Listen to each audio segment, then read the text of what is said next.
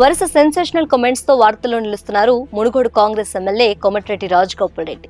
ఇటీవల జరిగిన మంత్రివర్గ విస్తరణలో తనకు మంత్రి పదవి దక్కపోవడంపై అసంతృప్తిగా ఉన్న రాజగోపాల్ రెడ్డి ఏకంగా సీఎం రేవంత్ ను అటాక్ చేస్తున్నారు. ఇటీవల సోషల్ మీడియా జర్నలిస్టులపై సీఎం చేసిన కామెంట్స్ కి ఎక్స్ వేదికగా స్ట్రాంగ్ కౌంటర్ ఇచ్చారు.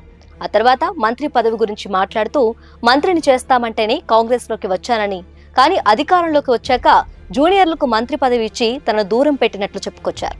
ఇచ్చిన మాట నిలబెట్టుకోవటం వారి విఘ్నత అని కామెంట్స్ చేసిన ఈ మునుగోడు ఎమ్మెల్యే తాజాగా మరోసారి సీఎం రేవంత్ పైన సంచలన కామెంట్స్ చేశారు.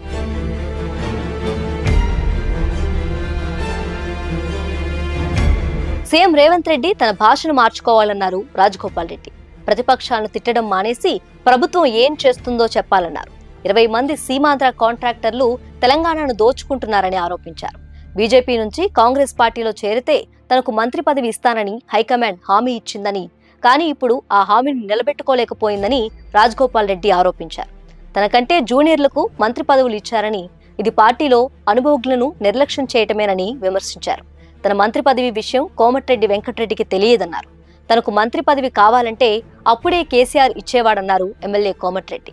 ఇంకా 3.5 ఏళ్లు రేవంత్ రెడ్డి ముఖ్యమంత్రిగా ఉంటారని, ఆ తర్వాత ఎవరనేది అప్పుడు చూద్దామన్నారు. అందరం కలిస్తేనే కాంగ్రెస్ అధికారంలోకి వచ్చిందని తెలిపారు. సీఎం రేవంత్ రెడ్డి కమిషన్ల పేరుతో కాలయాపన చేస్తున్నారని విమర్శించారు. కాళేశ్వరం అవినీతిపై కఠిన చర్యలు తీసుకోవాలని ఆయన డిమాండ్ చేశారు.